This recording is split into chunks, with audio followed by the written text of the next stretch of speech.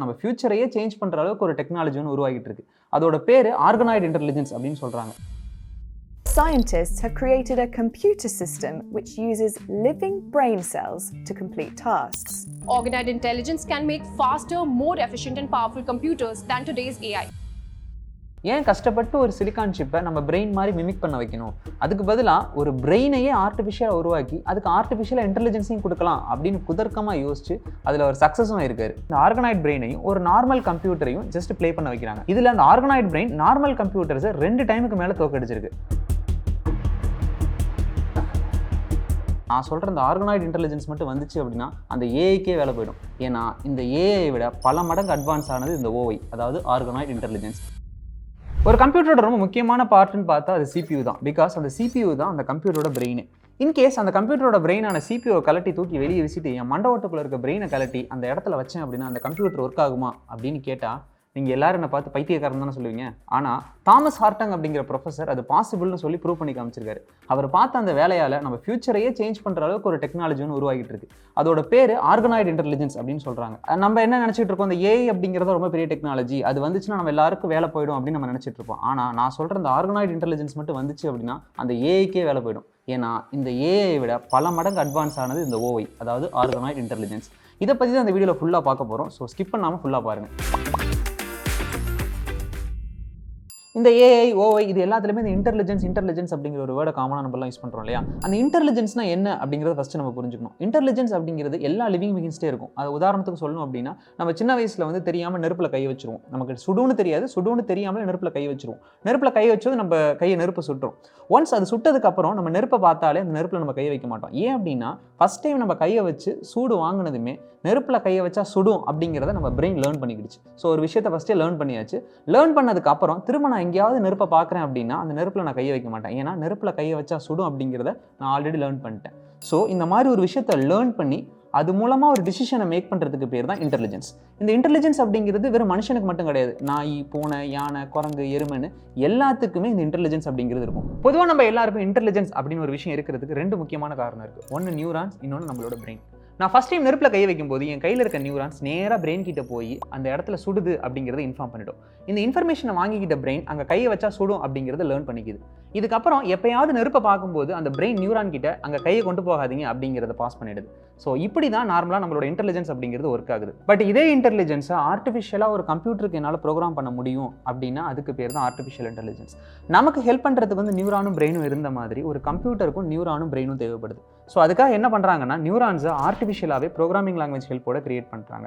And இந்த டிசிஷன்ஸை பெட்டராக எடுக்க வைக்கிறதுக்காக டிரான்ஸ்ஃபார்மர் அப்படிங்கிற விஷயத்தையும் உருவாக்குறாங்க. நெக்ஸ்ட் இந்த டிரான்ஸ்ஃபார்மரும் இந்த நியூரான்ஸும் சேர்ந்து எல்லா விஷயத்தையும் லேர்ன் பண்ண ஆரம்பிக்குது.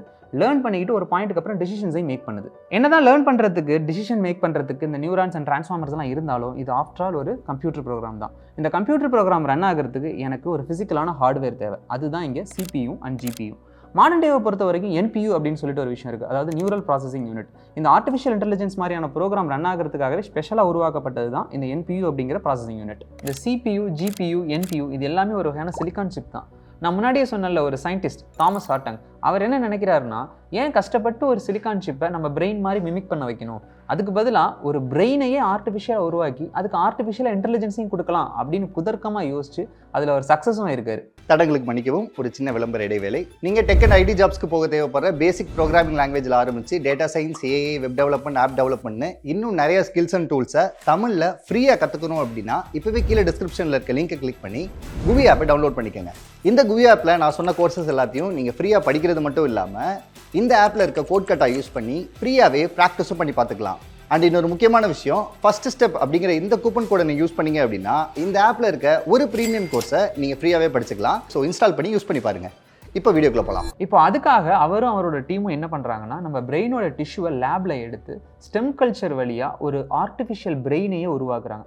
இந்த ஆர்டிஃபிஷியல் பிரெயினுக்கு அவங்க வச்சிருக்க பேர் ஆர்கனாய்டு பிரெயின்ஸ் அப்படின்னு சொல்கிறாங்க. இந்த ஆர்கனாய்டு பிரெயின் நம்ம நார்மல் ஹியூமன் பிரெயின்ஸ் என்னெல்லாம் ஒர்க்கை பார்க்குமோ அது எல்லாத்தையுமே பார்க்கும் அப்படின்னு சொல்கிறாங்க. நெக்ஸ்ட் இந்த ஆர்கனாய்டு பிரெயின்ஸுக்கு ஆர்டிஃபிஷியலாக இன்டெலிஜென்ஸை ஃபீட் பண்ணுறதுக்காக அந்த பிரெயினில் 2 எலக்ட்ரோட்ஸை வைக்கிறாங்க. வச்சுட்டு எலக்ட்ரிக்கல் சிக்னல் வழியாக அது என்ன வேலையை செய்யணுமோ அதுக்கான டேட்டாவெல்லாம் கொடுக்குறாங்க. இந்த நார்மல் ஏஐயில் ஒரு வேலையை செய்ய வைக்கிறதுக்கு நம்ம எக்கச்சக்கமான டேட்டாஸை ஃபீட் பண்ணுவோம். நிறைய டெக்ஸ்ட், நிறைய இமேஜ், வீடியோ அந்த மாதிரியும் இல்லாமல் அது என்ன பண்ணணுமோ அதுக்கான டேட்டாவை மட்டும் ஜஸ்ட் கொடுத்தா போதும் அப்படின்னு சொல்கிறாங்க. இப்போ உதாரணத்துக்கு அது ஒரு கேம் விளையாடணும் அப்படின்னா அந்த கேமோட ரூல்ஸை மட்டும் ஜஸ்ட் சொல்லி கொடுத்தா போதும். அதாவது ஒரு ஹியூமனுக்கு நம்ம எப்படி சொல்லிக் கொடுப்போமோ அதே மாதிரி அதுக்கு ஜஸ்ட் அதோட ரூல்ஸை மட்டும் சொல்லி கொடுத்தா போதும் அப்படின்னு சொல்கிறாங்க. அப்படி சொல்லி கொடுத்துட்டாலே அது அந்த கேமை விளையாடுறதுக்கு ரெடி ஆகிடுது. ஸோ இதை எக்ஸ்பெரிமெண்ட் பண்ணி பார்க்கறதுக்காக ஃபர்ஸ்ட் இந்த பாங் அப்படின்னு சொல்லிட்டு ஒரு கேம் இருக்கும்ல, அதாவது சின்ன வயசில் வந்து இந்த டென்னிஸ் மாதிரியே இருக்கும். ஆனால் டென்னிஸ் கிடையாது. ஒரு பால் வந்து அந்த பக்கம் இந்த பக்கம் மூவ் ஆகும். ஸோ இந்த பக்கம் ஒரு பிளேயர்னு விளையாடுவாங்க, அந்த பக்கம் ஒரு பிளேயர்னு விளையாடுவாங்க. இந்த பாங் கேமோட ரூல்ஸை அந்த ஆர்கனாய்ட் பிரெயினுக்கு சொல்லி கொடுக்குறாங்க. சொல்லி கொடுத்துட்டு இந்த ஆர்கனாய்ட் பிரெயினையும் ஒரு நார்மல் கம்ப்யூட்டரையும் ஜஸ்ட் ப்ளே பண்ண வைக்கிறாங்க. இதில் அந்த ஆர்கனாய்ட் பிரெயின் நார்மல் கம்ப்யூட்டர்ஸை 2 டைமுக்கு மேலே தோக்கடிச்சிருக்கு. ஸோ இந்த ஆர்கனாய்ட் இன்டெலிஜென்ஸ் அப்படிங்கிறது ஆல்ரெடி டெவலப் ஆகி ஒரு நல்ல ப்ராக்ரஸையும் காமிக்க ஆரம்பிச்சிருக்கு. இந்த ஓஐ அப்படிங்கிறது நம்ம இன்னைக்கு யூஸ் பண்ணிட்டு இருக்க ஏஐ விட பல விஷயங்களையும் எஃபிஷியண்டாக இருக்குது. அதில் ஃபஸ்ட்டு ஒன்று வந்து கரண்ட். ஒரு ஓஐ ஒர்க் பண்ணுறதுக்கு ஜஸ்ட் 20 வாட்ஸ் ஆஃப் எனர்ஜி இருந்தால் போதும். அதாவது ஒரு குண்டுபுல் பெரிய அளவுக்கு கரண்ட் இருந்தால் போதும். ஆனால் இதுவே ஒரு ஆர்டிஃபிஷியல் இன்டெலிஜென்ஸுக்கு அதே ஒர்க்கை பண்ணுறதுக்கு ஒரு 10,000 11,000 வீட்டுக்கு கொடுக்க வேண்டிய கரண்ட்டை கொடுத்தா தான் அந்த ஒர்க்கை பண்ணி கொடுக்குது. ஒரு ஆர்டிஃபிஷியல் இன்டெலிஜென்ஸை நம்ம ட்ரெயின் பண்ணி அதை ஒர்க் பண்ண வைக்கிறதுக்கு நமக்கு கிட்டத்தட்ட 7 லட்சம் லிட்டர்ஸ் ஆஃப் வாட்டர் தேவைப்படுது. பட் இதுவே ஒரு ஆர்கனைட் இன்டெலிஜென்ஸை நம்ம ட்ரெயின் பண்ணி ஒர்க் பண்ண வைக்கிறதுக்கு ஒரு சில மில்லி லிட்டர்ஸ் ஆஃப் வாட்டர் இருந்தால் போதும் அப்படின்னு சொல்கிறாங்க. அதே மாதிரி ஒரு ஏஐயை ட்ரெயின் பண்ணுறதுக்கு நமக்கு பில்லியன்ஸ் ஆஃப் டேட்டா தேவைப்படும். பட் இதுவே இந்த ஓஐக்கு ஒரு சில டேட்டாஸ் இருந்தால் போதும்னு சொல்கிறாங்க. அதாவது ஒரு சில எம்பிஸ் ஆஃப் டேட்டா இருந்தால் போதும் அப்படின்னு சொல்கிறாங்க. ஸோ இந்த விதத்தில் பார்க்கும்போது இந்த ஓஐ அப்படிங்கிறது ஒரு நல்ல டெக்னாலஜி எனக்கு தெரியுது. பட் இது எல்லாமே ஒரு தியரிட்டிக்கல் வேல்யூ தான். ஒன்ஸ் இது ஃபுல் ஃப்ளெஜ்டாக வந்தால் தான் இதில் இருக்க ப்ராக்டிக்கல் காம்ப்ளிகேஷன்ஸ்லாம் என்ன அப்படிங்கிறது நமக்கு தெரியும். அண்ட் இதுவரை நம்மளால ஒரு ஆர்கனாய்டை வந்து டெவலப் பண்ண முடியும் அப்படின்னா அது ஒரு பட்டாணி சைஸில் தான் டெவலப் பண்ண முடியும். இவங்க டெவலப் பண்ண அந்த ஒரு ஆர்கனாய்ட் பிரெயின்ஸ் கூட ஒரு பட்டாணி சைஸ் அளவில் தான் இருக்குது அப்படின்னு சொல்கிறாங்க. ஸோ இந்த மாதிரியெல்லாம் காம்ப்ளிகேஷன்ஸ் இருக்கிறதுனால இதுக்கு இன்னும் நிறைய டெவலப்மெண்ட் தேவைப்படுது. பட் சோஃபார் இந்த ஓஐ காமிச்சிருக்க ப்ராக்ரஸ் அப்படிங்கிறது ரொம்ப கன்வின்சிங்காகவும் ரொம்ப சூப்பராகவும் கூட இருக்குது. நீங்கள் என்ன நினைக்கிறீங்க? இந்த மாதிரியான ஆர்கனைட் இன்டெலிஜென்ஸ்லாம் நமக்கு தேவையா, இல்லை ஆல்ரெடி இருக்க இன்டெலிஜென்ஸை பத்திரமா பார்த்துக்கிட்டாலே போதும் அப்படின்னு நினைக்கிறீங்களா? இது எதுவாக இருந்தாலும் கமெண்ட் செக்ஷனில் சொல்லுங்கள். அண்ட் இந்த மாதிரி டெக் ரிலேட்டட் கண்டென்ட் வேணும் அப்படின்னா அந்த சேனலை சப்ஸ்கிரைப் பண்ணிக்கோங்க. அண்ட் நான் இன்னொரு வீடியோவில் உங்களை மீட் பண்ணுறேன். அதுவரை பாய்.